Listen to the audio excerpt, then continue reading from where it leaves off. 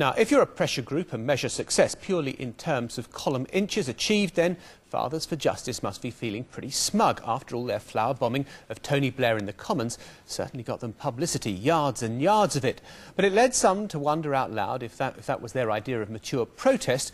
Was it any wonder the courts took a dim view of their contact rights, the main cause of their unhappiness? Others, though, said it merely reflected desperation at the state of family law.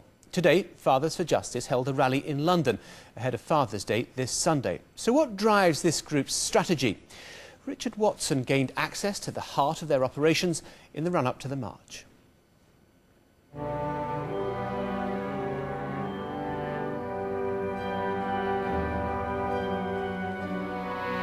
But this campaign will change, it will evolve, we will keep chopping and changing the strategy, and I promise you we will surprise and challenge both the police and the public in the coming months.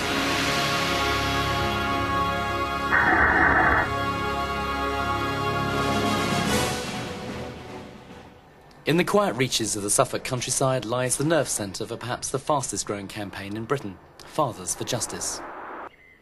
Earlier this week, tucked away in the grounds of a 13th century manor, the movement's founder, Matt O'Connor, is finalising plans for the mass rally of disgruntled dads which took place in London today.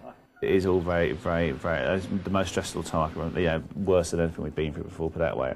And just trying to cope. I mean, in fact, I think I've got some of the guys are coming up this afternoon, and then we've got a full house tomorrow. When it gets to the point where that is likely to be the case, can you obviously ring me and say, look, if I don't get over the next hour or so, I'll have to put a few $5 up people's backsides, all right? All right, cheers, Steve. Thanks for calling me. Cheers, mate. Yeah, I'll speak to you, yeah. Yeah, Matt speaking. Fathers for Justice is run by Matt and one assistant out of this room. They can barely cope with the increased demand for information, especially after activists flower bombed Tony Blair last month, which created a huge security scare in Parliament. The Labour Party was forged in the fires of civil disobedience. It amazes me the party seems to have forgotten its roots. So no regrets about that? Categorically not. Oh yeah, and as ever with a Fathers for Justice thing, we always claim, stand up and are accountable for our actions. B, there's always a bit of humour in it, and condom for obvious reasons. Self-raising flower, again for obvious reasons. It certainly got them up off their feet anyway, so it worked in that respect. This stuff is against the law, though, isn't it? That is the nature of this organisation. We do explore the outer extremities of the law. We do break the law deliberately, and we are prepared to be held to account for that. And whether or not we're right or whether or not we're wrong, it's an old cliche, but let history be our judge, Right. Matt O'Connor, who launched the group 18 months ago after a messy divorce, drove 50,000 miles last year, mainly, he says, to avoid being monitored by the police. This is a classic tactic for direct action groups to keep law-breaking plans secret. Direct action is the key to the group's fast-growing support, but can he be sure that some supporters won't go way too far?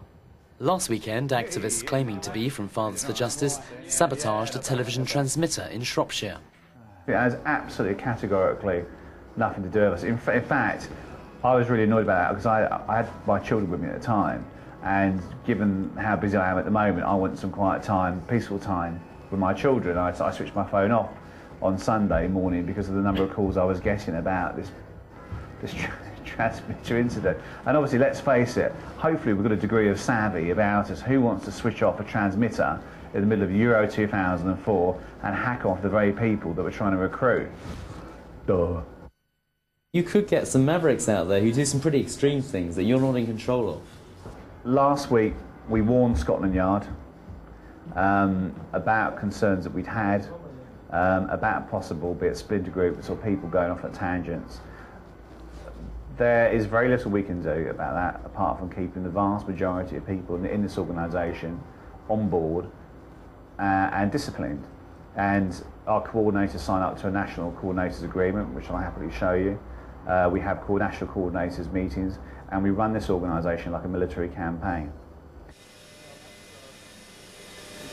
Ah, fantastic. That's really good.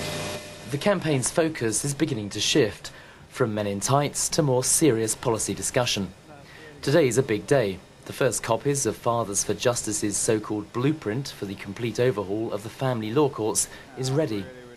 The group says hearings are secretive, costly and take too long, that some women are maliciously blocking contact by inventing allegations of violence or abuse, and that even when courts order contact to go ahead, many women simply refuse to comply, and little is done by the courts to enforce these so-called contact orders.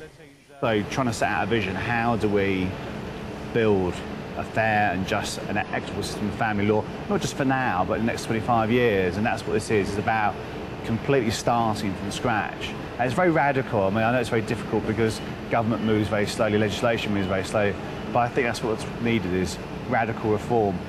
And that's what this document says. It's a case for urgent, radical reform. Are you saying then that the majority of men who aren't given contact, who aren't getting the contact with their kids, are being unjustly denied that contact? You're absolutely clear about that, because obviously some people would argue, look, in many of those cases they are feckless, they're somehow irresponsible. It's not just Fathers for Justice saying it. It's the judges, it's the solicitors, and the politicians increasingly. People are beginning to recognise that our family justice system is failing fathers, it's failing mothers, and it's failing children. It needs to go, and it needs to go now. Back at the office, they're fine-tuning the campaign. Oh yeah. So a bit of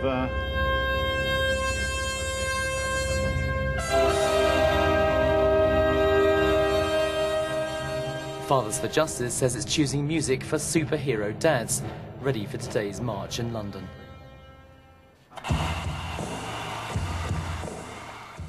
But are all the dads who are being denied contact really superheroes, or are some a genuine threat to women and their children, as some campaign groups argue?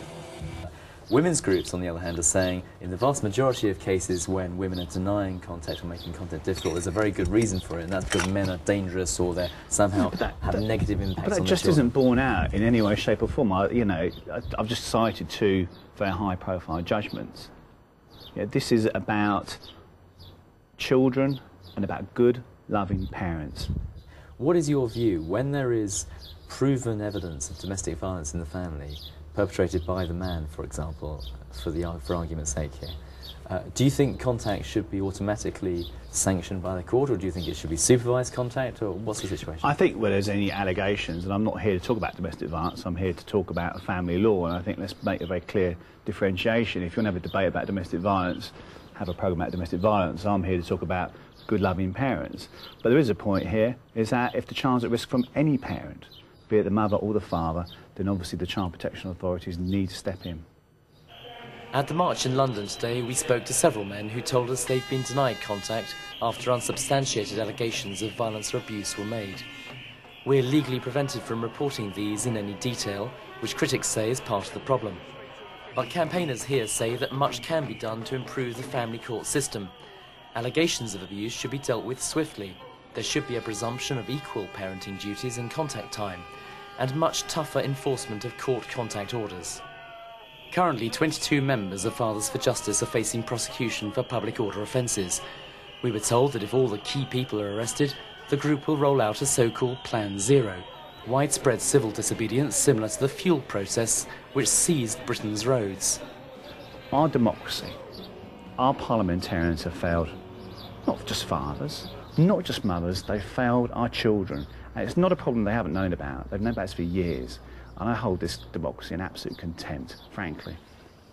Protest leaders claim their arguments are slowly gaining ground with solicitors, judges and politicians alike. And they point out that some women, often new partners, support their views. Some of their stunts have attracted serious criticism, but the group maintains that breaking the law is core to their strategy of raising the profile of child contact and family law.